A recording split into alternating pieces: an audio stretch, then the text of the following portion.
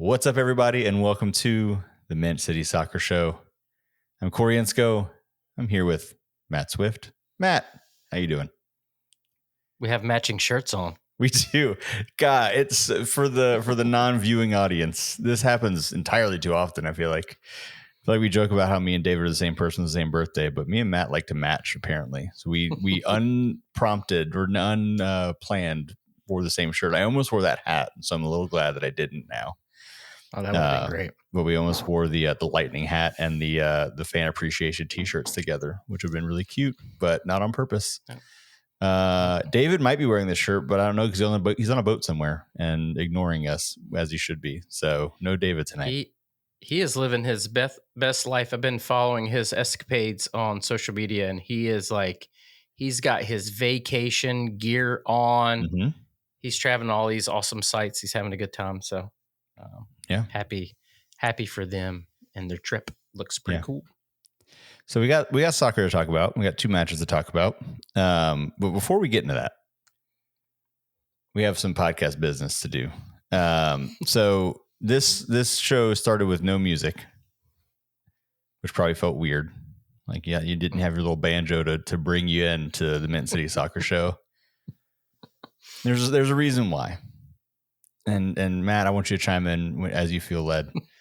So last week's episode may still not be posted to certain platforms. I haven't looked recently, or our last episode got taken down due to a copyright claim, which is not the first time that's happened to us, but the first time was legit.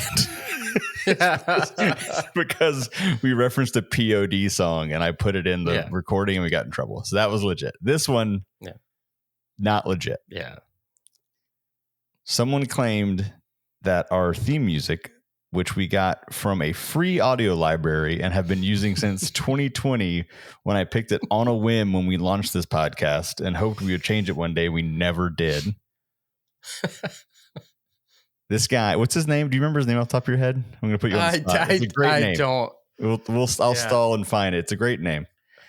This guy decided to take that free music that we've been using and record a song with it. And I reuse the words record and song incredibly loosely here when I say he recorded a song with it. Yeah. He basically played the music, best I could tell, played the music on his computer and sang into his phone over it. But it's like mumble. It's like a mumble. Like he's mumbling through the whole thing. And I'm almost certain he took like a bong rip at the very beginning.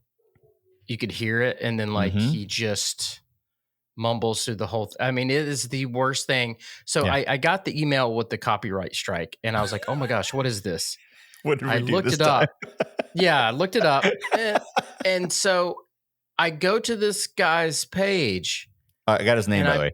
Ronnie Farmer Nation. Ronnie Farmer Nation. So, I mean, and he looks exactly what you would think that name would imply. So I go to his page and I'm like angry, right? Like what in the hell's going on? I play that song and it is so bad and so horrible. I start laughing and I'm just like, you know what? Okay.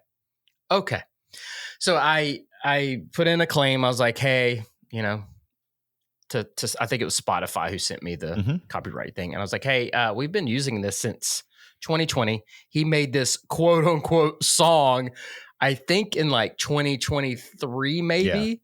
Yeah. Yep. I was like, clearly this is like a public free, instrumental. And I even said in the, the claim, I was like, and clearly this is not a legit song. Nothing legit happening. I mean, it's so unbelievably bad, but here we are. Yeah.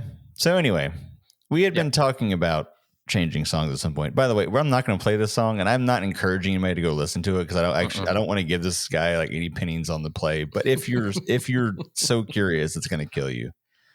Ronnie Farmer Nation is the artist. Again, using these words very loosely. And the song is How Do You Love You Being the letter U. Enjoy your experience. Discord, I think we put a link in there, but for anybody else, that's how you can find it. Anyway, all that is to say, we've been talking about picking a new song. I think Matt's hated the song from the first time he ever heard it, and we just haven't picked a new one. At one point, I've teased this before. At one point, I had this idea that we were going to do an all instrumental version, crowdsourced version of All My Life by Casey and JoJo, which I still think should be the anthem of Charlotte FC. Like Minnesota does Wonderwall. We should be singing All My Life by Casey and JoJo after every single win. I will stand by this until the day I die. So I had an idea of getting people in Slack at the time to record different parts on different instruments, and I was going to edit it together to be our intro music, and that was a disaster. So that has never seen the light of day. So, but we figured we should probably switch up our song so that Ronnie can get his royalties. And so we have a couple of options that we're going to play for you. That we've looked up and found a few legit. We will actually use our past Manscaped money and maybe pay a few bucks for music this time. We want your help.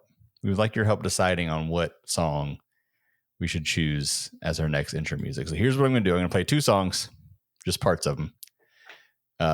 Close your eyes, unless you're driving. Don't close your eyes. Close your eyes if you're not driving, and imagine the intro to this show with this music. I'm going to play 2 songs, and then I want you to either go on Discord if you're on Discord, or hit us up on whatever social media platform you can find us on, and let us know song 1, song 2, which one we should use. All right. Song 1, imagine we're entering the Mint City Soccer Show with this.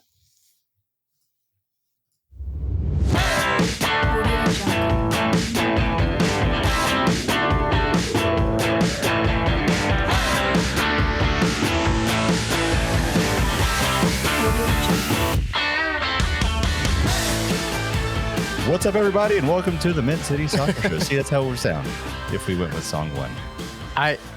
Can I say, now that I've heard this is the second time I've heard that one. It reminds me of like the video game like FIFA 98 or 2002. That feels right. Can I tell you? It just hit me. Can I tell you too that this is my favorite part of this, and this is probably literally like David found this one. And I'm imagining these are the exact search terms you put in. And this is the name of this track on the stock music site, Indie Rock Podcast. It is just very on the nose. So that is song 1, Indie Rock Podcast. Yep. That is option 1. Option 2 for our new intro music. Audio Jungle.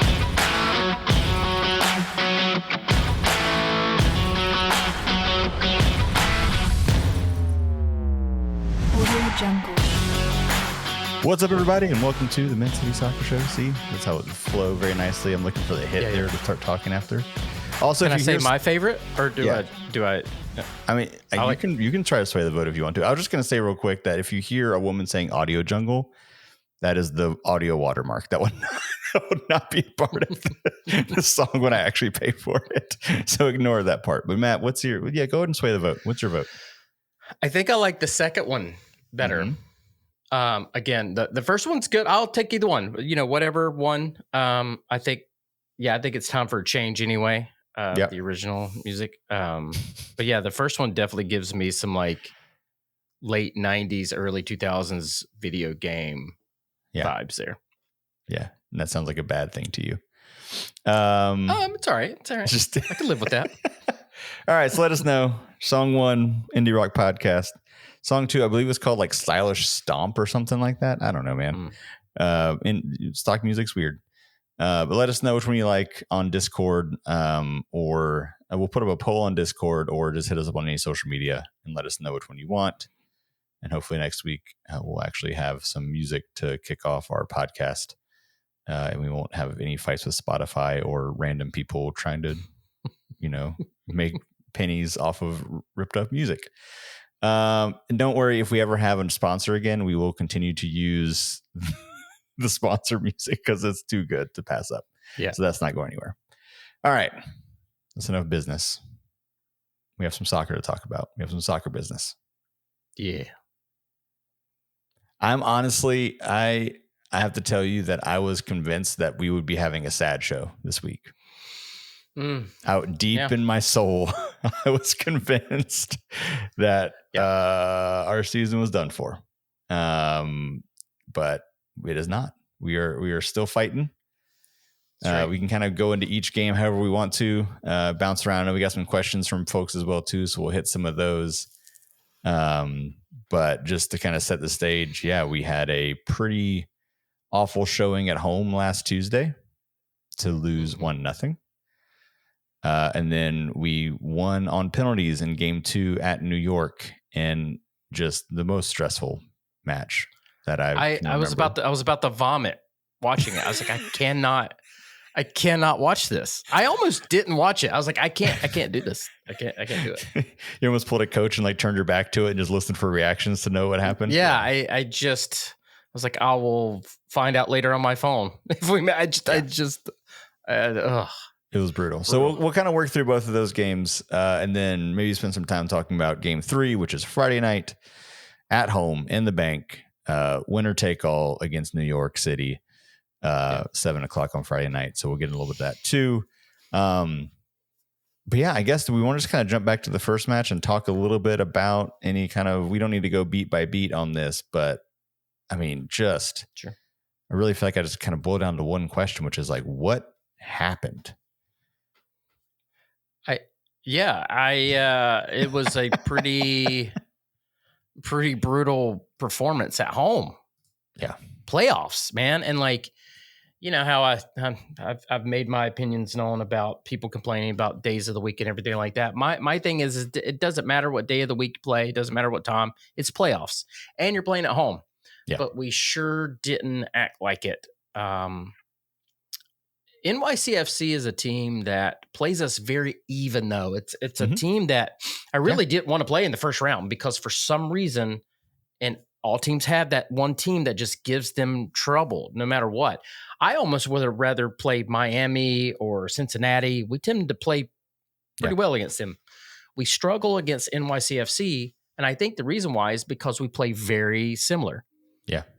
In this first game, though, oh my gosh, I've talked about Gianni so much, and I'm starting to feel bad. He was wretched in this game and turned the ball over constantly. Mm-hmm. You cannot have that when you're playing against a team that presses you and that's going to put you under pressure. Yeah. We turned the ball over way too much. Gianni, for some reason, didn't want to get the ball out wide to Abada, and there's definitely going to be some thoughts on that young man too. But we started off on the wrong foot. And before I get too riled up, I just want to say one thing real quick. I saw a lot of comments about, the day of the week, the weather, and then the atmosphere and how the fans were quiet and didn't bring the energy, and the atmosphere was off. Let me tell you something. We did the Poznan. Everybody was waving those towels, right? That place was rocking. I don't care what anybody says. And then the kickoff happened, and then we immediately played like garbage.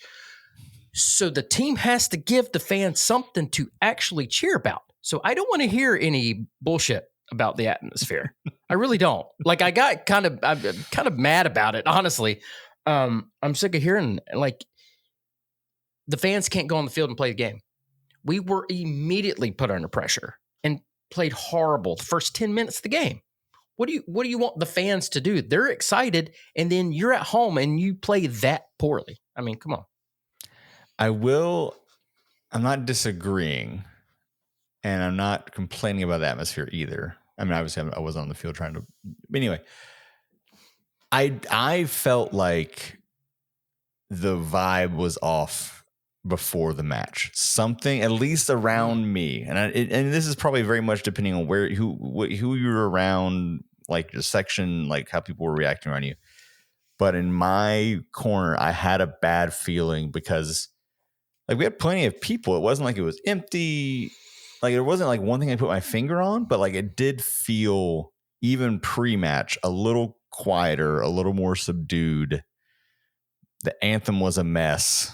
Like there's just a lot of little things that just like, the energy feels off. And again, that's not, I mean, again, the team has to go in there, get out there and play. And if they, played better, there would be a different energy in the stadium. I get what you're saying there.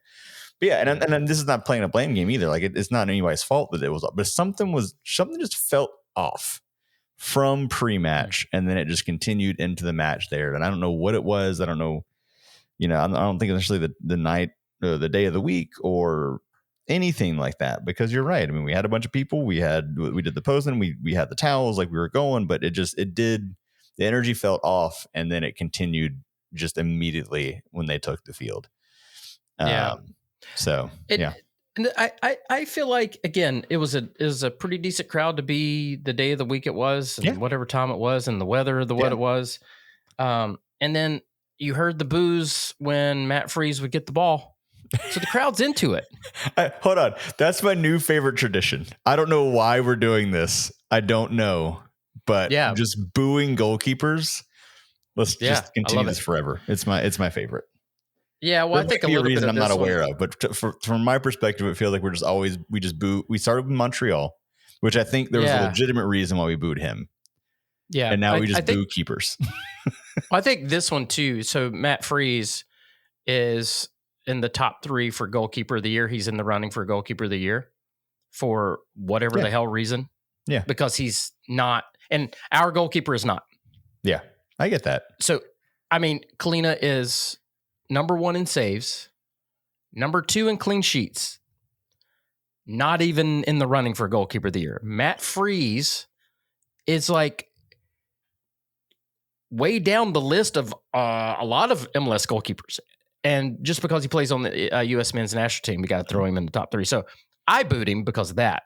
And also, I don't think it's that deep for most people. I think we just decided that we boo goalkeepers. This is the thing we do. I'm okay with that too. Hilarious. But my point is like everybody was loud booing. Yeah, everybody was like I fight this notion that the atmosphere was not, the fans weren't into it. They were. We just didn't have anything to cheer for. No. And when you're at home and your home team just comes out flat, what do you want us to do? Yeah. No, I agree. They played tight and scared and flat, and it showed. And that's going to the crowd's going to feel that, and it's not going to feed into more energy.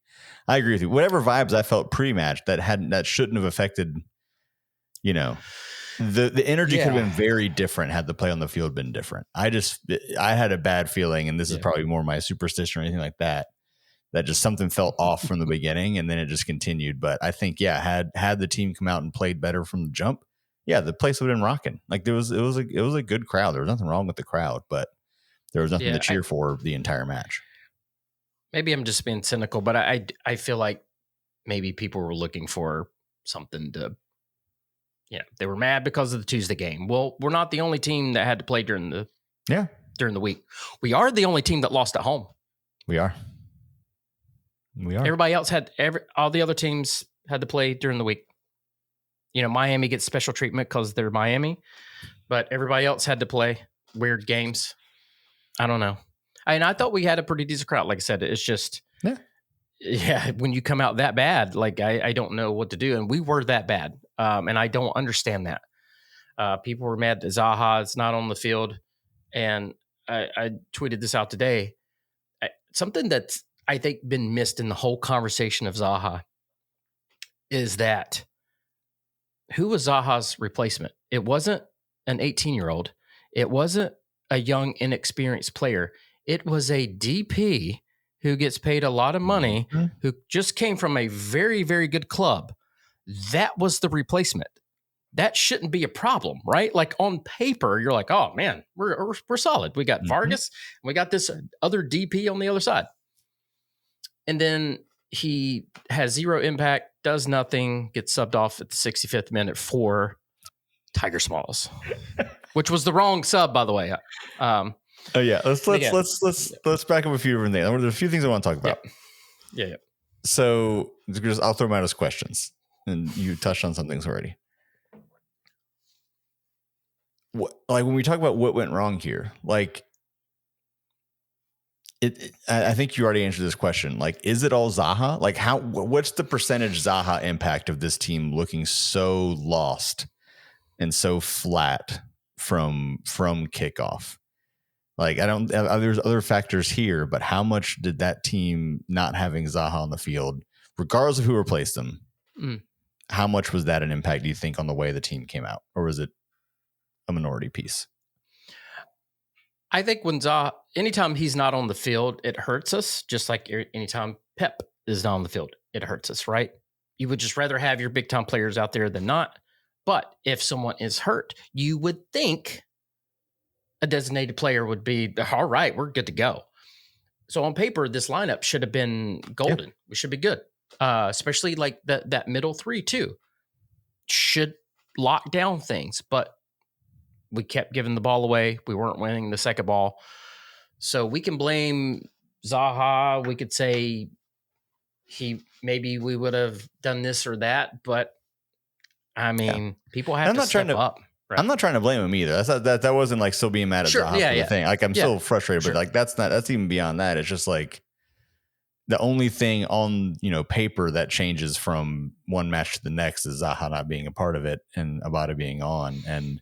But it feels like it was more than just that. Like that's what I was kind of getting at, is it felt like, that like that was part of it. It probably affected how we were able to build the attack, and Vargas and Tokomani didn't get as much space because Zaha wasn't, filling up defenders. There's some of that, but I think there was, to your point, there were so many other things we were doing poorly that almost didn't. It mattered, but it didn't matter in the same way that just not having that one player would matter. I think the big thing was the midfield did not play that great. I didn't think Brandt played all that great either, which is hard for me to say, but they didn't play well. Abada non-factor just absolutely has been a major disappointment. I'm really angry at it, honestly. And I hope he doesn't see the field. I'm ready to move on, get him off this team. I don't know. He's just not a good fit here. Maybe he'll do well somewhere else, but I'm kind of over it. Yeah. And the thing is not much happened in this game except for the fact that our defenders at some point just decided to just not defend. And it beats all I've ever seen. It's just like, you got him, I got him. No, I'm just going to stand. And like, no one seemed to want to like put a leg in because I was in the box. But I mean, like, you got to do something. I mean, it was like a training drill. He just dribbled right through everybody. And that was the difference of the game. Nothing really else happened in this game. We're talking about the team's best player. I mean, you could probably even say Max Morales is their top scorer. Let's say it that way. Yeah. Just one of their clear attacking threats. And no one, literally, he went through 5 or 6 people. And I think the commentator on game 2 said, depending on your perspective, it's either like a masterful display of skill to cut through defenders or just an abysmal defense. I was like, no. That was objectively like not taking away from him because he did what he needed to do to score the goal. Sure. But that was just horrendous defending of no one doing anything. They're like, you're gonna get him. We're not gonna get him. Oh, no one's gonna. Okay, we're gonna let him score. That's fine. I mean, that was, and to your point, like as poor as we played, that was the goal. Like that's all we gave up was just a complete boneheaded defensive display to give up the one goal to lose. So that was incredibly frustrating. And it's the first half to go down then, and then I mean, put up very little fight. I feel like even after that, I mean, we had some chances here and there, but it wasn't a whole lot happening. And so let's you touched on it and kind of bounced around. There's a lot of things to talk about, but Abada. If I remember correctly, it feels so long ago, but like he was my player at the beginning of the year where I was like, all right, this is going to be the breakout year. Yep. I don't know what's going on there because we saw flashes of good Abada at times in his career here. Flashes. They were flashes, but they were there. Like the guy's got skills. Yeah. But to come out in a match that's a playoff match where you're finally getting to start again. This is a prove yourself match. Like this feels very much like, hey, you want a spot on this team? You think you want to be part of what we're doing here going forward? Like this is your chance. he looked awful. Just completely. I'm with you. And I don't like to be like this with players, but like, he's done. I don't want to see him touch the field again. Like, wish you the best. Hope you find a good spot and find some success. But like, I don't want to see him play another minute for Charlotte FC. There's anybody like literally throw anybody else out there. I mean, you didn't see him in game 2.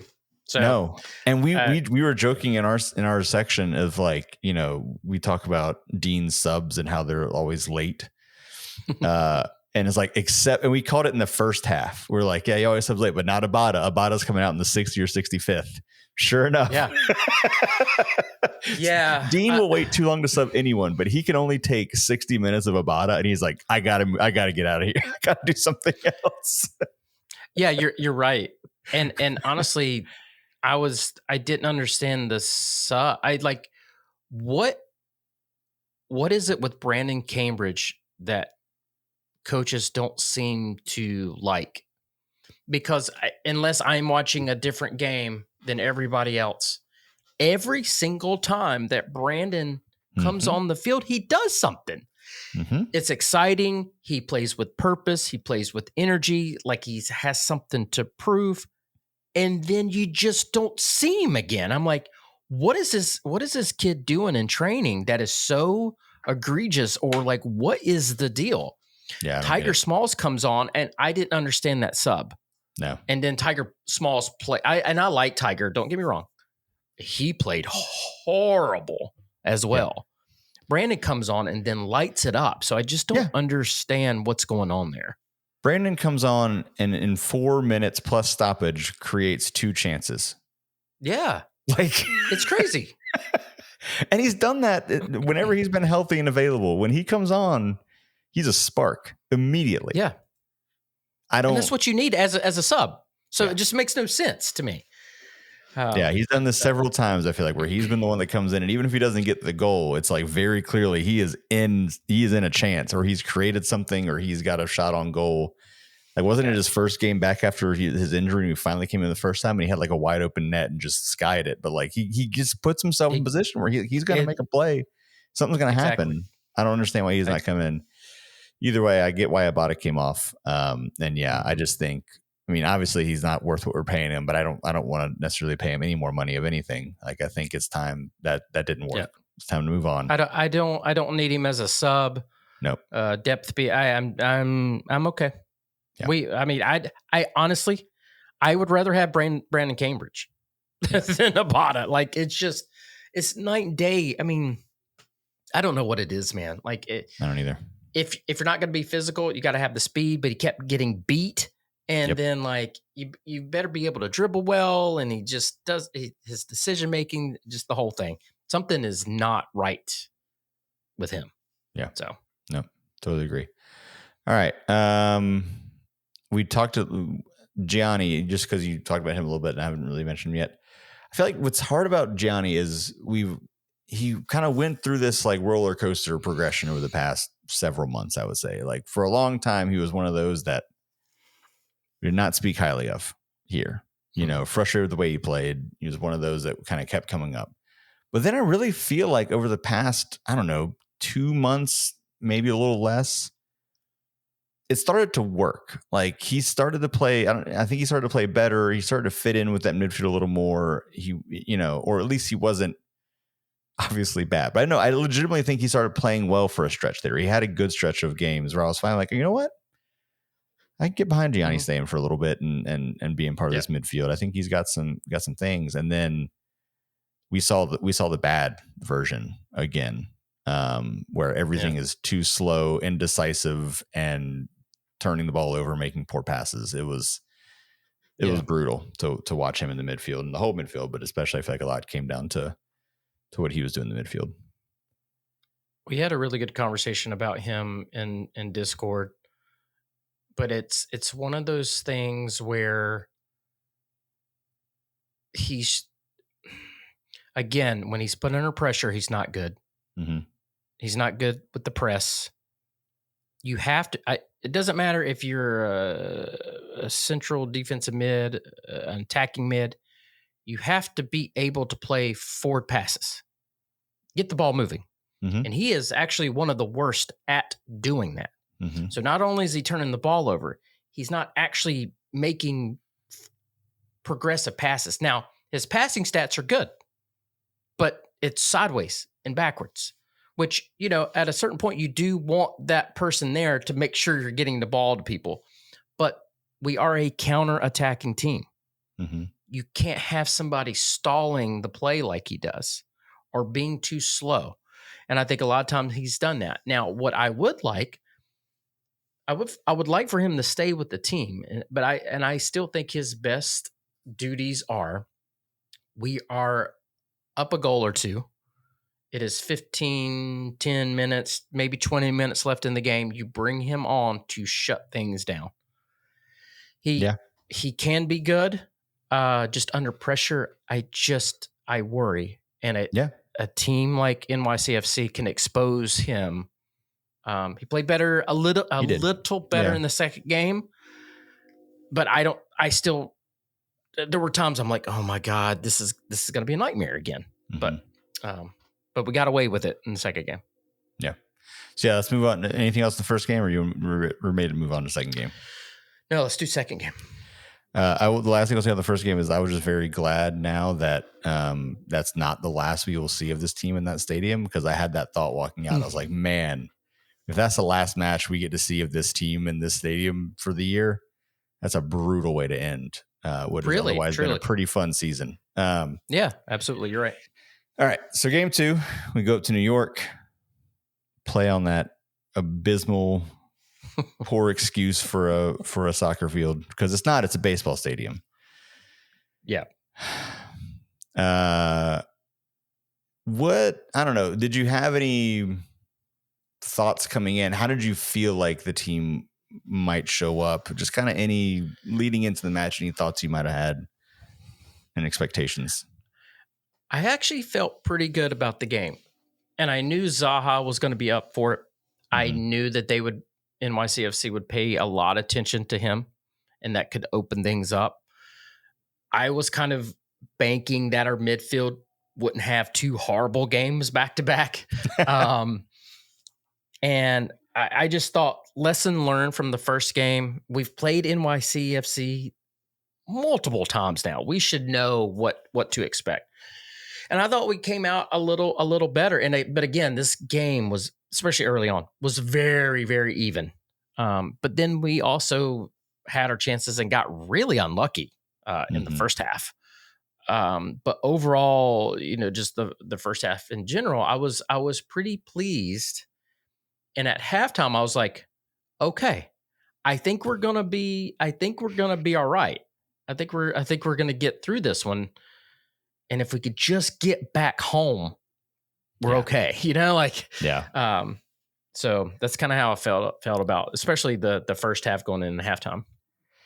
See, I feel like I was a little more pessimistic after that first half. So yeah, going through the first half, what I say is we clearly came out with a different energy. We were playing better. I was very excited to see that. Right. Mm-hmm. New York still had some chances. We did a couple goofy things, but overall, I was like, all right, we are being the aggressors here. We're going after it. We're creating some chances. But what I started to be worried about, especially as we got right on halftime, is the amount of fairly big chances I thought we had that we did not convert. And I was like, this worries me. Are we going to get those chances in the second half? Right. We were playing well, but there were a couple of them were half chances, right? The Bronico kind of volley off the weird punch from the keeper. It was just a kind of, that whole play was weird. I think it was Tofolo put a moonshot up. It got caught in the sun. I don't know what happened. Was it the best cross? No, it was ugly as all hell. But it falls to Bronico, and he almost hits it off the crossbar. So okay, that's that would have been an amazing goal, but that is what it is. Yeah. The second one though, where the cross comes straight across goal. Tokomati does a nice little kind of deke to pass it on, knowing someone's coming in behind him. And I know he's a defender, but Tofolo's right there, wide open net. Yeah, you got to bury that. And misses it. I'm like, that's what I'm like, how many more chances are we going to get in this match? And then there was also the the Westwood shot right at the end of halftime, which again, kind of like the Bronica one, but more planned and beautiful. Would have great shot, by the It was way. an amazing shot and would have been an incredible goal, but is like, Yeah. not a clear cut golden opportunity to score. That would have been like a goal of the season, maybe, if he puts that in. So amazing shot, but not the clear cut chance that the Toflo one was, but like that one, and he knew it immediately, obviously. But like I was honestly concerned because I was like, oh man, like those were the chances, and if we can't get up one in this, and have that lead, I worry that we're not going to get those chances again in the second half. And so I started to get a little paranoid. No, that makes sense. It's like, is this going to come bite us in the butt later? Yeah. I mean, and it kind of did. Like, I mean, if you want to be real about it, because like, we had to go to PKs, but I definitely see what you're saying. I felt good about those chances. I'm like, at least we're progressive. We do have those chances. It seems like, second half, we're going to be able to maybe have a few more because we're making some things happen. Right. I figured in the second half, Zaha would be even more of a focal point, and he'd start getting fouled in good spots and everything like that. But I got to say, the second half really did not go well for us. No. And honestly, I think we were a tad lucky a little bit late in the second half to not concede, because NYCFC had made changes, made subs. Yeah. And it just seemed in kind of one of the things that we're lacking is subs that can really make a difference. I mean, we're down Pep Biel, right? And that's a huge miss, sub wise, because like him not starting, now you're starting Gianni, like you don't have as much to work with. And we make one sub and we put Goodwin in. And roll the dice there. But, bend, don't break. And we didn't. And Kalina, again, not goalkeeper of the year this year, not even in the running. I'll say that for the 1000th time. Made those saves to keep us in it, right? Yeah. Like all what he did last season is just a shame that he's not even a run. That really makes me mad. It's okay if he doesn't win it. But like not even to be in the top 3 is just the dumbest shit I've ever seen. Like it's just so stupid. I agree. It's hard. It is harder to make the case for him to win this year, but there's no way he's not top 3. But I mean, just basic stats, like it's, and people can be like, oh, well, he got benched for a little bit. He kind of went through a bad spell. I'm like, it doesn't matter. Yeah. He leads in saves and he's second in clean sheets. What do you want? Like, it's just stupid. Yeah, I agree. But no, to your point about the second half, I agree. Like the beginning of the second half, I feel like we came out with that same energy and fight, and we're playing on the front foot in the beginning of the second half. Had a couple of, again, not clear cut chances, but we're in attacking modes and playing well. But that fourth quarter, second half of the second half, I was incredibly nervous. We were having to defend, and just it was a lot of praying and hoping that something didn't sneak in, because they clearly, New York City clearly took momentum in that second half. Mm-hmm. And we were just holding on. I mean, there was just an unbelievable clean save off the set piece, where I don't even remember who it was, had a free header. Was it Martinez again, or was it somebody else?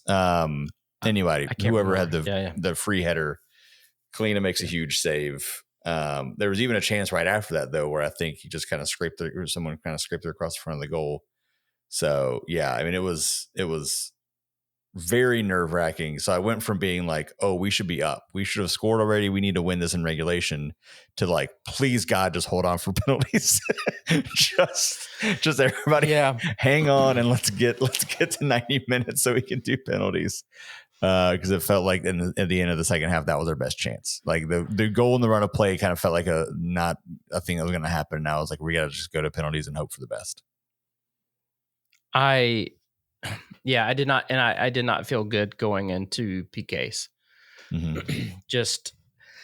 I don't know what it was. And partly because the whole like Matt Freeze, like top 3 thing, I was just like, he's going to do well in this shootout and they're going to win. And I'm going to have to hear some freaking Yahoo from in like an NYCFC fan, like, that's why he's top 3, blah, like whatever. I was just preparing myself for that. Yeah, sure. And, we start the PKs, and I'd love to talk about the PKs if you're ready for that. Yeah, let's go. Let's get into it. I love that the Aussie raised his hand and was like, I would like to go first. Took some balls. And it's good that he was subbed on and he was out there. Man, I was impressed. I was impressed by all the PK. I want to go through them, but that first one kind of helped set the tone. It was really hit well. Like Matt Freeze chose the right way, but it was hit with so much power that it got through. But even that, I'm like, oh no. I just didn't feel good. I literally, like, I'm physically, like, I'm gonna throw up. Like, I can't deal with this. Yeah, we're not going to get another home game. Our season's done, that type of thing. And then Ashley Westwood steps up, and it's funny as hell. It's like, he was the only one. I'm like, oh man, we're good here. Yeah, 100%. He was the one I was confident on. One. Yeah. And, the thing is, like, his PK was taken well. Just Matt Freeze, to Matt Freeze's credit, he is a good goalkeeper. Yeah. He chose right, made a save. But right there, I was like, yep, that was it. Done. I was like, 100%. I had convinced myself we were done. And I hate PKs with a passion. So yeah. And I feel like I'm a pessimistic fan sometimes, where I'm like, when things start to go wrong, I just assume they're going to go wrong. I'm just like, we're not going to get my hopes up. This is done. So when Ashley misses the second kick, I was like, oh, we're done here. That was a fun season. Yeah. But I thought that was it. It was hard to see from the angle. I don't know if you ever saw a better angle. Like, if Freeze hadn't saved that might have hit the post. Like, I'm not sure. It was either a perfect penalty where it would give me right in the corner, or that was smacking a post. I can't really tell, but either way, I thought it was a good take. It's just hard to tell kind of where it would have landed had it not been saved. But regardless, Freeze guessed right and made a nice save. Yeah. And then after that, was it? Huh? No, go ahead. I was going to say, then it's Tokolamati, right? Or was it Gianni? Hold on, let me pull up my I think it was Tokolamati that was next, right? It was Tokolamati. So Tokolamati steps up next. He steps up next. And again, I don't feel good about any of this stuff, right? I'm like, oh, young players. I'm just sweating to death. I am on my couch, like literally in sweat.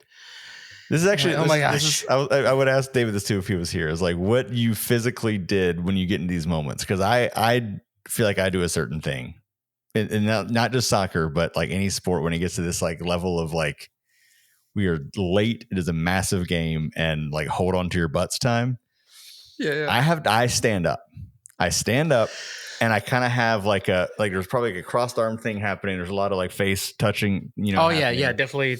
And there's like a swaying, and I almost like start having like a mantra where I'll say like the same thing every time, because it's like I gotta keep, I'm as we say, we joke like I'm a little stitious. I'm insanely superstitious with things, as you all learn about me. Like I would say the same things to the players when they walked up, and the same thing to Kalina when he stepped up. It was like just the repeating a mantra as I'm like swaying back and forth. Yeah. And fully believing none of this was going to work and that we were going to lose. Hey, that was my position.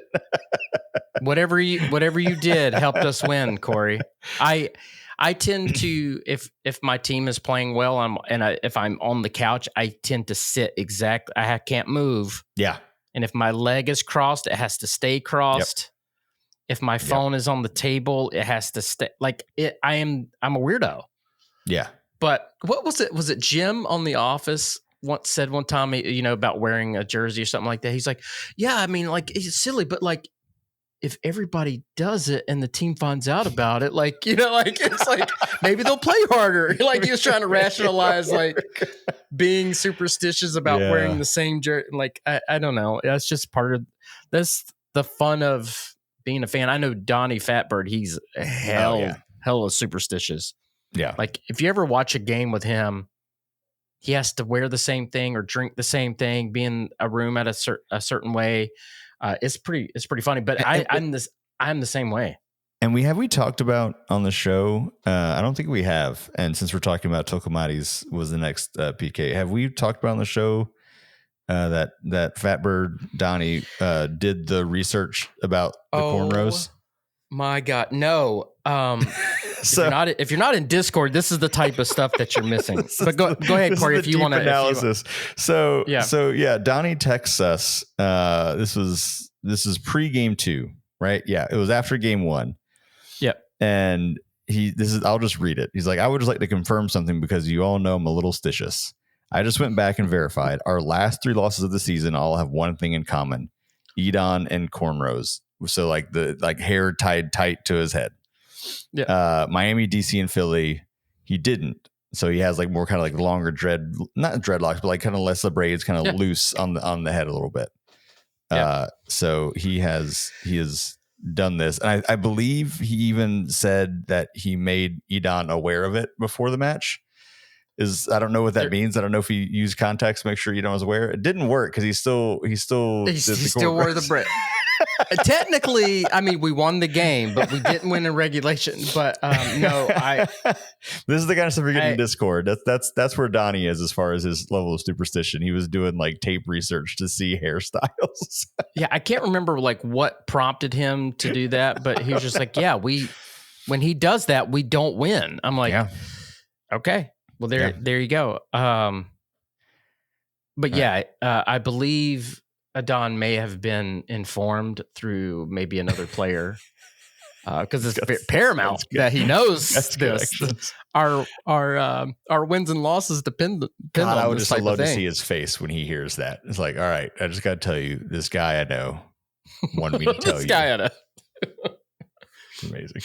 I don't. Here's the thing. As a player, if I were told that and I started thinking, I was like, oh, you're right. I would absolutely change. Yeah. I'm like, no, I think I was like that as a player too. Like I would definitely do and wear certain things and habits and rituals and warm up a certain way.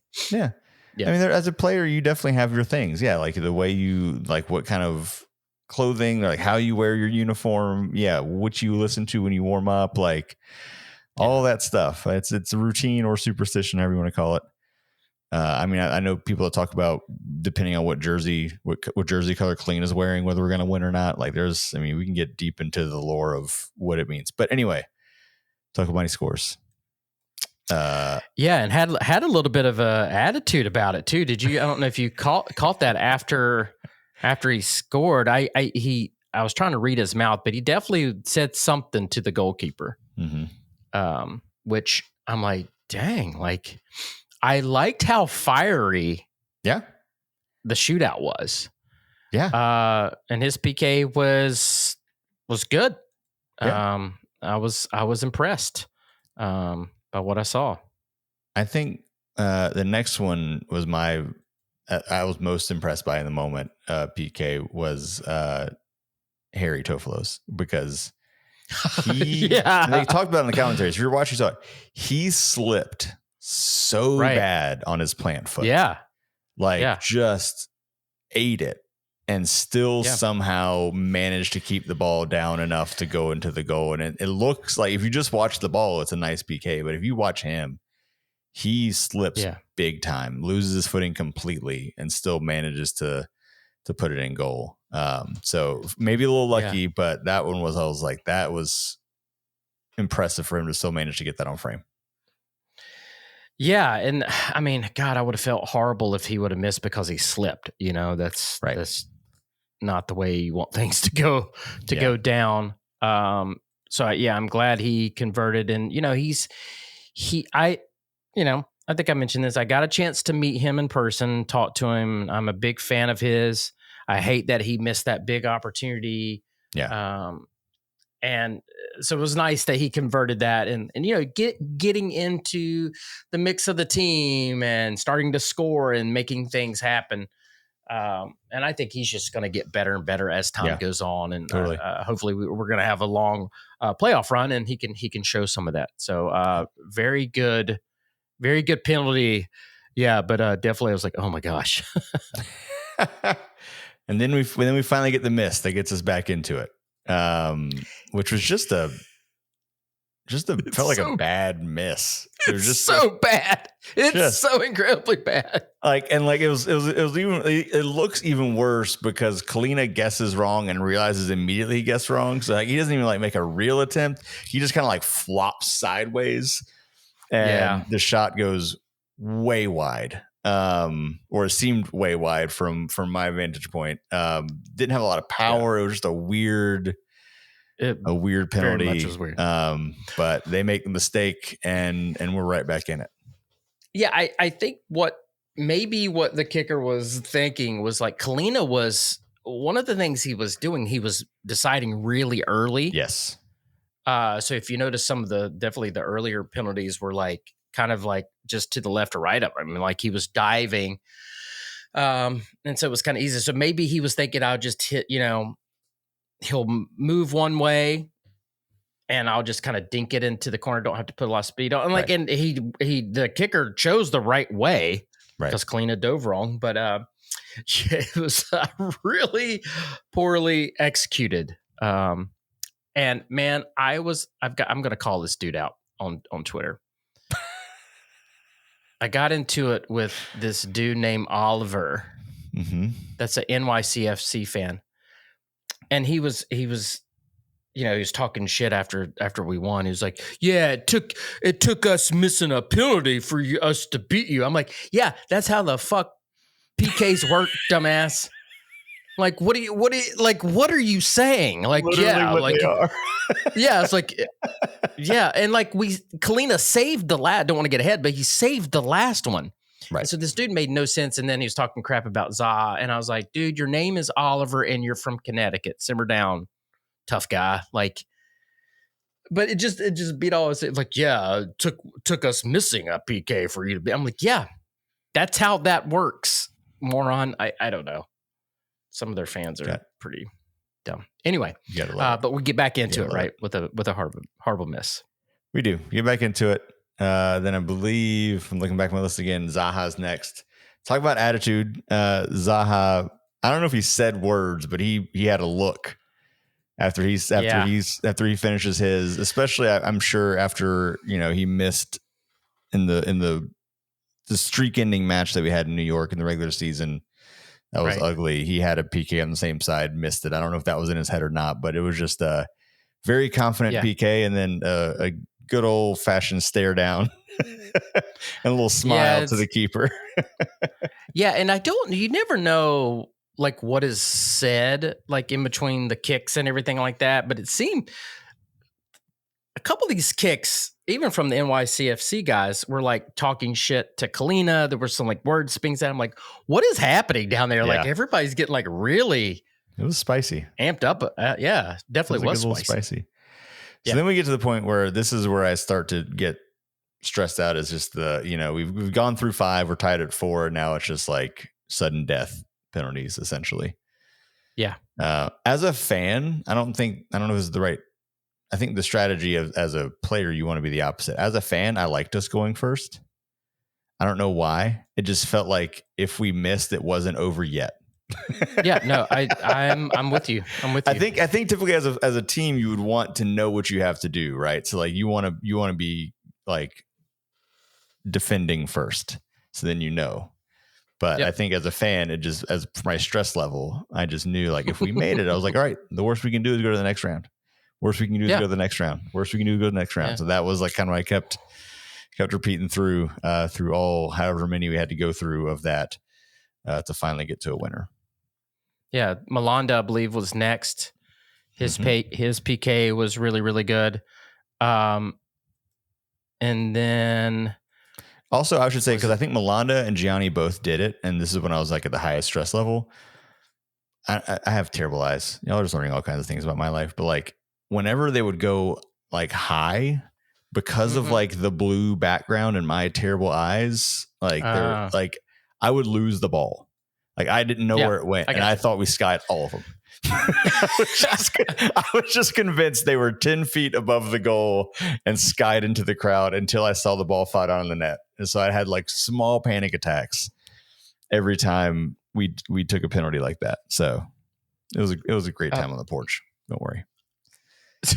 So after Melanda makes his, NYCFC converts, then our next PK taker is Gianni. And I'm going to be very, very, very honest here.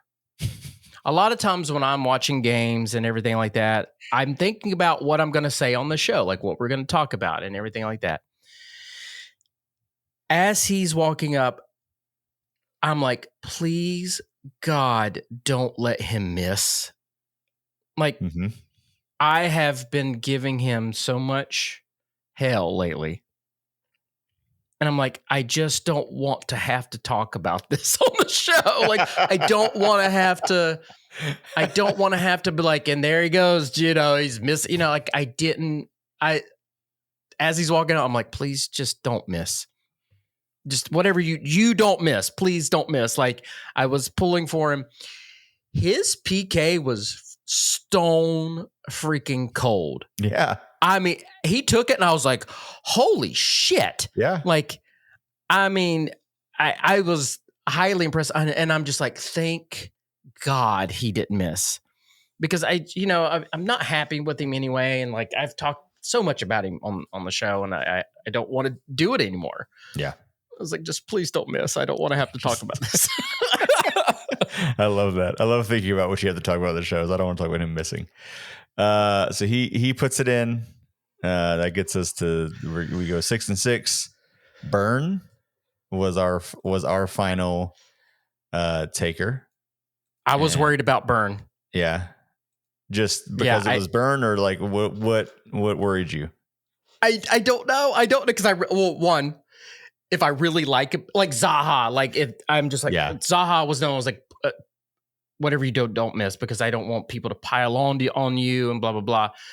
Burn, just because I like him so much, he was the one. I'm like he's Milan had already taken his and he's a defender, but I'm like Burn's like smaller and like is he a PK taker? Like, but no, he was good. It was confident. His was a confident take too.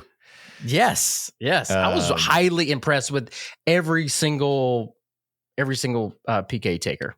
Yeah, no, it was a solid round. Were you at all, before we get to the end of it, were you surprised Vargas was not one of the first 7 to take a PK? Yeah, and I saw some comments too, like, oh, Dean Smith picking these people, is that random? But I'm like, I don't, like they practice this, right? And they know who their PK takers are. And then sometimes you've got a guy like, I want to go. And if they're confident as a coach, you don't want to like, no. Yeah. We're going to let this, you don't really want to do that. So I don't know. A little bit, Vargas being an attacking player, he's been playing well, scoring. He loves, scoring and, being part of the action. So yeah, maybe a little bit, but again, maybe that's not his forte in practice. And I don't know. No, it's one thing. I just wonder how deep in the list he was, because it's one thing not to be one of the first 5 to take it. That's what you kind of plan for. Mostly is who are your 5.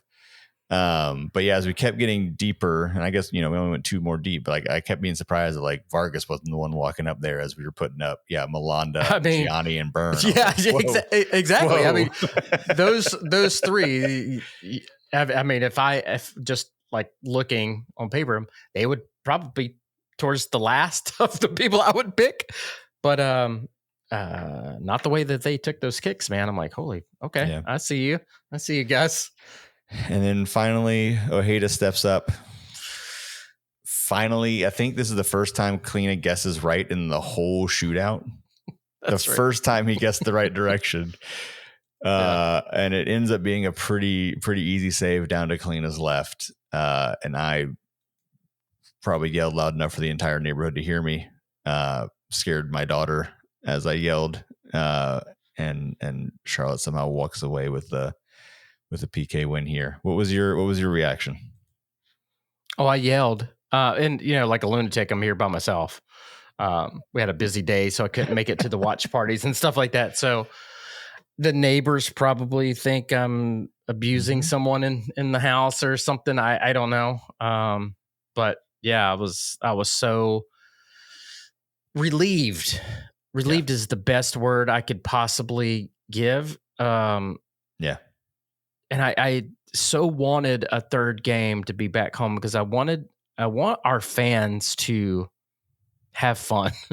And I will. I know it's such a stupid. No, thing I know to what say. you mean. But, I know what you mean. But I will say too. I did tweet this out. Like, I'm so glad that the folks that traveled all the way to New York got rewarded for a pretty decent game, drama filled, and then the PK shootout. So I'm happy for them, for those that, because that's a long way to go to lose out in the playoffs, right?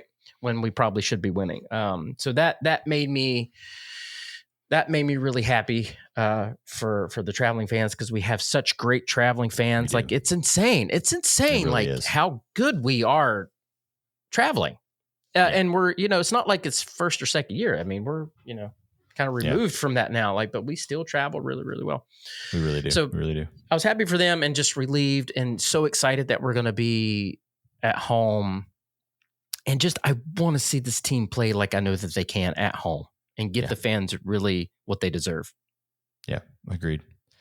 Now, relief is a good word for it. I mean, I feel like me and my wife just kept saying to each other, I can't believe we actually won. Because we had just convinced ourselves so deeply that we weren't going to. And so I just kept being like, we did it. And we're coming home Friday. Yeah. I feel good. I mean, it's the New York's going to come out. They're a good team, but like, I feel good. We're going to come home. Let's take care of business. So yeah. Let's unless there's anything else you want to chat about, we have some questions that came in. So we can jump into those unless there's anything else you want to talk about. No, let's answer some questions. Let's get into some superstitions. Thank you, Will, for your first one. You said a semi-serious question, and based on our track record so far, we're going to consider this a serious question. The team wearing black has won each game so far in our series. Do you think the team would consider wearing the Fortress kit at home on Friday? And if we continue further in the playoffs, choosing to wear it as often as we can? Man, it's so funny because I'm pretty sure, was it Matt Nolan also put in our Discord the breakdown of our wins and losses per kit. And it seems like our Fortress kit is not all that great. I think it's like 4 wins, 5 losses, and 1 draw wearing it. So I don't know. You got to decide which superstition you're going to lean into. Like that's where you start the superstitions start to butt up against each other. Yeah. Now here's the thing, Corey. Are you ready? Yeah. For game 1, I wore some different things that I don't typically wear for a game. The first game of the playoffs? What are you doing? It was cold. And also I'm trying to get better. I'm trying to get better at being like, hey, it really does not matter what the hell I wear. Just wear what you want. Instead of being so rigid. Exactly. So for game 2, I've been wearing, and it seems like every time I've worn this jersey, we have one, the Fortress kit, and I wore it for game 2, and we won. Yeah. So Yeah, let's wear the Fortress kit. Let's do it. I agree, and honestly, mostly because we just didn't get to wear the Fortress kit at home much this season. Like I mean, for whatever reason, like scheduling wise, we wore the Explore kit a ton, which I guess I'm okay with since that's the last year we have that kit. Like, you know, we're gonna run out of it. But I just kind of I love the Fortress kit, and I feel like we did not wear it very much this season. Yeah, that's so. Yeah, new home kit next year. Yes, we'll still have the Fortress kit next year, and then it flips. Yep. And then we probably will get another third kit there too. So, and we've only worn the Heritage kit, I think, 3 times. I think that's it for that. Yeah, which I think. So is, I think someone was at maybe it was Fatbird. Yeah, there was a question later. Is there any chance we throw on the? I'll find who it is. Any chance we throw on the Heritage kit? But I assume that's not a thing that happens in the playoffs. I don't. It's a good question, but I don't think so. I think it has to be one of the two. Home or away, the normal ones. But yeah, I could be wrong. All right, let's keep jumping through. All right. From Savannah, who from the current roster would you want to have on the pod, and what would be the number one question you would ask them? Oh my gosh! Oh, all right. I just about went negative with my choice. I would get a Bada on. Oh, and first question would be, why? How dare you? No. I think I mean I love Bronico, so I'd love to have him back on, and probably just ask him what's been the change from year one to now. Like, what's been the big difference maker, you think? And just like see what he says. Yeah. The one that came to my mind first, and we've had players on the past. We should get back in the habit of doing that a little more. It's fun to have them on occasionally. Vargas, just because I think we talked about it, like his turnaround this year has been really fun to watch and the way he's playing. And what I would try to do is try to find in the nicest, not insulting way possible to be like, what did they finally tell you to stop skying at 20 feet over the goal? Who had the meeting with you at training and was like, all right, keep the freaking ball down. That's what I want to know. I want to know how that conversation went, but I want to ask it in a way that's not like me being an asshole to Vargas. that's like the perfect one. I think you win. I think you win there. How do you say that without sounding horrible? That's what I have to really figure it out. Yeah, he has just, I think we said this last show, like he has just really turned things around. Yeah. I'm so pumped for him, man. Like sometimes you just need some competition, man. I'll say that about Kalina too. It's like, you got Bingham and then they signed Calendar and all of a sudden Kalina is like back to goalkeeper of the year. Maybe sometimes you just need a little prodding to get things back on track. Yeah, absolutely. Oh, I did find the Matt Nolan post about the jerseys. Just if anybody's curious, he basically did like points per games for each kit. Yeah, Mint has the highest, but it also was not worn a ton. But it was 2.22 points per game. Yeah. Heritage is 2.0. So Heritage is Lightning. Yeah, that's the Lightning kit. The Lightning kit. Yeah. But again, only 3 matches. Explore 1.77. Fortress 1.3, Crown Jewel 1.1, and the OG blue was 0.98. So Fortress gets right there in the middle. I mean, it also kind of goes with like our best season. Obviously, Explorer and Fortress are going to have the highest game, and Heritage, right? So I'm glad Matt Nolan did this. So thanks for doing this. I'm just looking at the Crown Jewel kit. So we had 11 draws in that kit. What's a draw? I'm not aware of what draws are this season. It's so funny, man. Like, dang, that is a lot of draws to be in that kit. It's like we had 4 wins, 6 losses, and 11 draws in the Crown Jewel kit. That's David Gussler's favorite jersey, by the way. Do you remember when he was he hated it. He was so mad. He was so mad about it. Like, it was the funniest thing to me. And I would give him such crap about it. I'm like, why? Okay, I know you maybe don't like it, but he like was mad. Yeah. He hated it. It's so funny, dude. I love it. Jay with a little more of a tactical question here.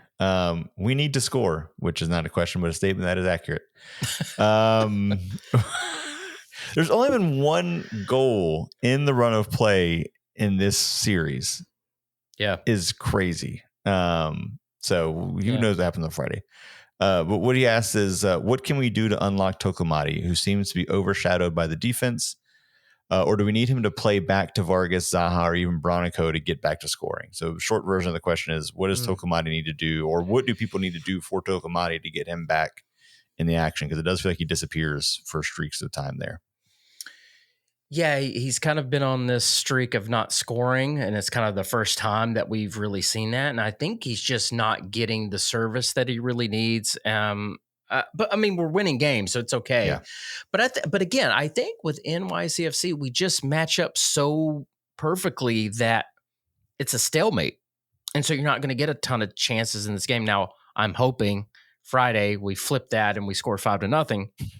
But I just think for him, what he needs is service. And where I think we were struggling is getting Harry and Nathan Byrne to overlap, because when Tokomati scores, it's in and around the box. It's a ball played in, and we're not seeing that a lot in this series because, again, everything's like a quagmire in the middle, right? We're both teams are counterattacking teams, so it's kind of like you're just getting bogged down in the middle there. It's kind of crazy how that's working. No, that's a good point. All right, let's keep moving. Gordon, given that the World Series just wrapped up this week, do you think that MLS should take a page from MLB and have the head coach wear full uniform pitch side during the game? Well, I'll answer first. 1,000% yes. Oh my God. I want to see old man legs and soccer shorts. I mean, that's like they have to wear. It's like it has to shorts. Be full kit wanker. Like it has to be full on jersey, shorts, socks. Yes. Tiny shin guards. It would the new be tiny shin guards in there. Like Goodwin, his shin guards are not Archie's. Archie's not. I'd like to see shin guards. Yeah. God, that would be incredible. And it makes you think, like, why do managers wear in baseball? Why do they wear full uniforms? There's got to be some tradition thing going back to like player coach era, where like the coach would come in and play occasionally. So like they just wore the jersey too, but I don't know. It's something I've never actually thought about until right now. So thank you for the question. Like, why in the world do they? It makes no sense. Because I don't think the manager. I can't think of another sport where this happens. No. Soccer's, a lot of coaches, they love to dress up like on the sideline, but it's just damn funny. Oh God. NBA would be hilarious too, where they had to wear the jersey. So they're just, the arms are out, but like, oh God. But yeah, it really makes no sense in baseball, does it? I've never thought about that. It's great times. Also, congrats Russell on the Dodgers winning again. I know he's been very excited this week. He had a good run. Charlotte FC won, Dodgers won, Panthers won. He's a big Panthers fan, so he's had a good week. Week. All right, from Matt Chantry, thoughts on playing Archie at Cam? He notes he can chase down like Brandt, but is a better finisher. Yes. But that would mean move Brandt back to defensive midfield and put Gianni on the bench. This is a really, really good question. The only thing I hesitate about is that who do you sub for if something happens to Tokomati, or if you start Goodwin and you need some type of offense. Like, so I think that is why I wouldn't do it, but I'm not opposed to it, I guess. Yeah. It's a really, really good question, but I think I don't think I would, especially in this series. I don't know. It's just, yeah. I like the idea of it. To your point, you are putting your cards kind of all on the table at the beginning. If you start that, it's like, here's our attack, and that's what we got. And we don't really have anything else we can bring off the bench. And that's what it is. Now, if you go up a goal, then you're solid, because then you could sub out Archie, move Bronico up, and then, you would sub Gianni for Archie or something like that.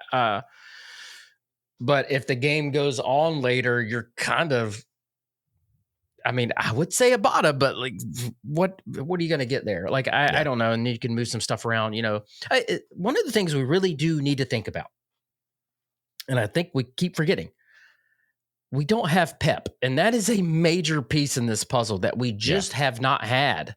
And the fact that we're doing so well and we keep winning and staying in games is a big testament to the rest of the squad. But him being out really limits us of what we can do. Yeah. That kind of leads a little bit into a question Matt Nolan asked that I liked, that we have this and then one more random question to end it on a fun question. Thinking about kind of bigger picture with where the team is at right now.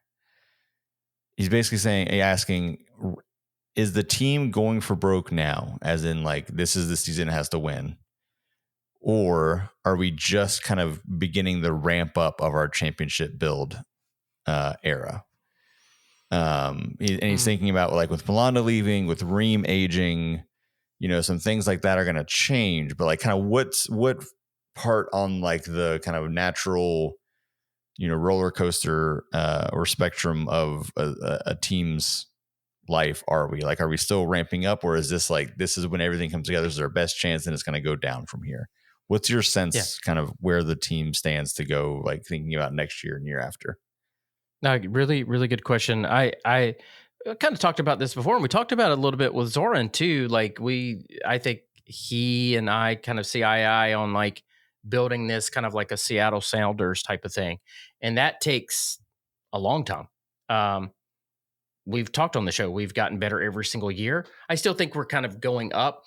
When we did this show at the beginning of the year, we were like top 4. We didn't say win the league, right? We didn't say finish first in the league. We're not quite there yet, but we're stacking and getting better and really finding out what exactly we need. And then, like, I'm almost certain we're going to sell Abada. So again, we miss on a player, get him out of here quickly, get somebody else in. And then we're hitting on players that nobody thinks that we should. And we just have to keep doing what we're doing and build and build and build and being consistent, always being in the top 4, always being in the playoffs, always having a home playoff series. And then, there might be a year you get it, and then we might finish 1 or 2, and then we have a massive playoff run, and then MLS Cup at some point. But for me, being in the mix every year is kind of where I'd like to be, because the playoffs are crazy. You never know what's going to happen. Yeah. And I think we're still building up and ramping, to your point, because of 2 things. Like, obviously just looking at the results. And I think I even saw somebody like Zoran busted this out in a press conference in front of a bunch of people, like, basically had a chart being like, look how much better we've gotten. Don't you think I know what I'm doing? Which I love. But, like, you just look at the results. Like, obviously the results have been a slow step up of just barely missing the playoffs, play in game, making the first actual round top 4. Like, it's just a solid step, but it's also the way we've done that, to your point. Like, it's not like we've gone for broke for players, or we've just dumped heaps of money and just went for it. That feels like you're like, we're trying to win now. It's like, no, we're taking pieces. Let's keep what works. Let's keep building on that. Let's get rid of the pieces that don't. And we leave ourselves with the ability to make moves when and if we feel like it's needed, right? Like, to your point, like, we have DP slots available. Usually we have things to play with. We will move people out and give us other opportunities in the transfer window, but it's not like we're just going to throw heaps of money at someone to get a name in or to hope that something's going to work. It's very thoughtful. It's strategic, and it's, let's build this the right way. Let's build in some of those draft picks. Let's build in some of those youth players. Let's get them moving up and through the system. I think you get some of that kind of Philadelphia influence with some of the people we brought in the front office too. So like, that's this more sustainable way to do it, I think. And that's what makes me feel like, yeah, even if we're going to lose, we lost Pat in the middle of the season, which felt like a huge loss. And we just kept right on cruising along because we got Tokamati, who just jumped right in, was ready to go. We're going to lose Milanda. We're going to have to do, and Reem is not a long-term solution because he's my age, right?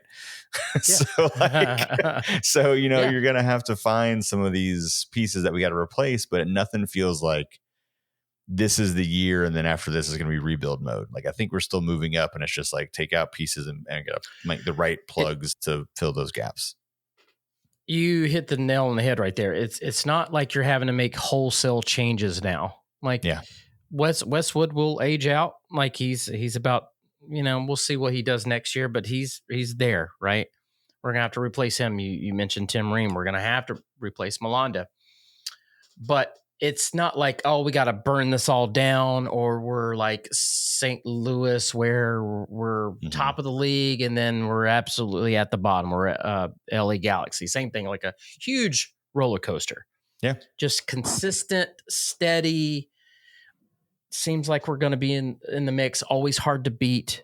And I'm hoping more and more people are coming around to what Zoran has done, what Thomas Schawling did when he was here, and the scouting team, like getting in these players, not spending tons of cash. And everybody like wants to spend like, oh, we got to go out and splash the cash to win. Well, tell that to Atlanta United. I think they're like second in spending, and didn't make the playoffs.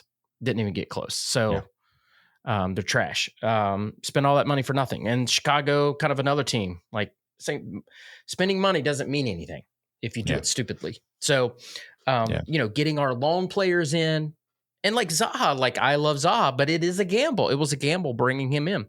Bring him in on a loan, see if he's going to be worth it, see if he wants to be here. Yeah. And then you're not so invested, right? Yeah. And then you can make a deal. Abada's not working out. You move him on. DP slot opens. That's how it works. Pep Biel got him on loan. He worked out. Unfortunately, he got hurt, but now he did some things and mechanisms were in place where now he's gonna be a DP, and I'm perfectly fine with that. Totally. Yeah, so it's good. I think we're building something really great here. Yeah. All right, we get to the last question. Before I do that, I want to say Blunderous on Discord, who's, I think, relatively new to it, asked a question around the potential schedule change for MLS. I feel like we won't get into that now. I feel like that might be a good off-season. We get into some of that more. We've talked about it in the past. Yeah. So there's been some conversation, nothing deeply, but that feels like a good, we might have to get into that when we have some off-season time to fill.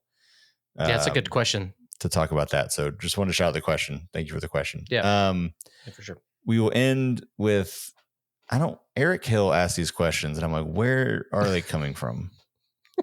Also, I don't ever want to do a job interview with Eric because I feel like he would ask these kind of questions and I'd be like, I don't know what the hell I'm supposed to say and what is going to make you want to hire me. If you were tasked to create the next big superhero franchise and it was based on breakfast cereals, which cereal would be your hero character and which cereal would be the evil nemesis and why? I feel like I'm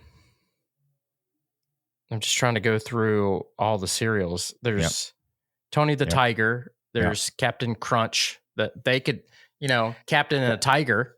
And I do want to be clear. I don't think, because my head went to mascots first. He doesn't say it has to be the mascot. It could be like the cereal is somehow a hero. Well, like what? But just like you don't really like freeing you. Like if you want to say like grape nuts, you can do like Raisin Bran, like Raisin Bran. Like anyway, keep going with the mascots. It's probably a safer way to go. Continue. No, that's probably what I'm like. There's Lucky Charms, the dude that. Then you got Rice Krispies with the 3 little elf dudes. Mm-hmm. Yeah, Eric asked some crazy questions, and I'm gonna make fun of him real quick. I hope he doesn't mind. because and this is what you miss when you're not in Discord. He mentioned, I think he was half kidding. I hope he was half kidding. What if we put Diani up top? He mentioned that in the comments. And I said, did someone slip you some laced candy for Halloween? Because Diani would be one of the last people I would put up top for Tokomami. I love it. But it's fun. It's fun discussing some of that stuff. But yeah, he always asks some good questions and hilarious questions. So I appreciate it. I think I would go with the bee from Cheerios, the Honey Nut Cheerios bee, as my hero to put him in. Okay. You could do like an Ant-Man Wasp crossover with the Cheerios, Honey Nut Cheerios bee. Okay. Villain is harder though. Villain, I have to think about it a little bit. Like you could do like the Count Chocula, but he doesn't actually seem like a mean villain. So I don't know. What about the Lucky Charms dude? Because he, it's kind of like a leprechaun. They could be mean. They can be mean. And he's greedy. Was it the Trix rabbit was like the rabbit stole the kid's cereal? Maybe he's the villain. Yeah, there you go. That's a good. Oh, Trix is a good call out. All right, that's mine. I'm gonna go with that. I will say Donnie answered and said Smacks the Smacks frog as the hero, which I forgot about that character until he wrote that down. So that's a good shout too. So thank you, Eric, for always asking. We can always rely on the fun questions to close things out. So I do appreciate that. Anything else? Oh, do we want to Friday? What are you expecting for Friday? I don't know if you want to do score prediction or just vibes going into Friday. How you feeling? I saw Eric Krakauer before I went into game one outside of the stadium. And he was like, how you feeling, man? And I was feeling good and overly confident, clearly. I had talked to my buddy Bryant at Hot Fly before the game, and he has this thing where he always says we're going to win 5-0. I like it. And I got on that train and I was like, we're going to kick NYCFC's ass at home. And so I tell Eric, I'm like, dude, we're going to win 5-0. And he was just like, he looked at me, he was like, okay. So I do feel good about this game. I think we win. I think it might be 2-0. I feel like if we score early, we could really jump on them. But we need to score early this game, I think. Again, we talked about the crowd. It should be lively Friday. It's a Friday night game. But again, like we can't come out scared. And everybody's going to be nervous. Yeah, the fans are going to be nervous. So the players have to give us something to believe in. Yeah, I agree. That first half goal, let's get that first half goal. Yeah, let's go. It could open up the floodgates. It could be 5-0.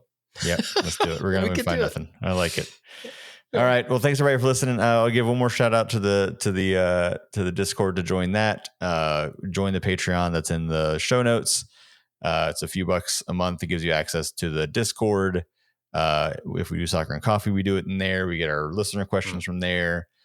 We do the occasional special episode, which we have dropped the ball on recently because we've barely been able to get the regular episode out with everybody's schedules. So apologies, but join it. There's a good conversation in there before, during, after the match. It's a lot of fun to get in there and chat with everybody. So please do that. I'll also throw up the poll for our our new theme music so we can get that sorted for the next episode as well. So if you're in Discord, vote for it there. If you're not, find us on social media. Let us know which song you want to hear as our new theme song so that good old Ronnie Farmer Nation can keep doing his thing.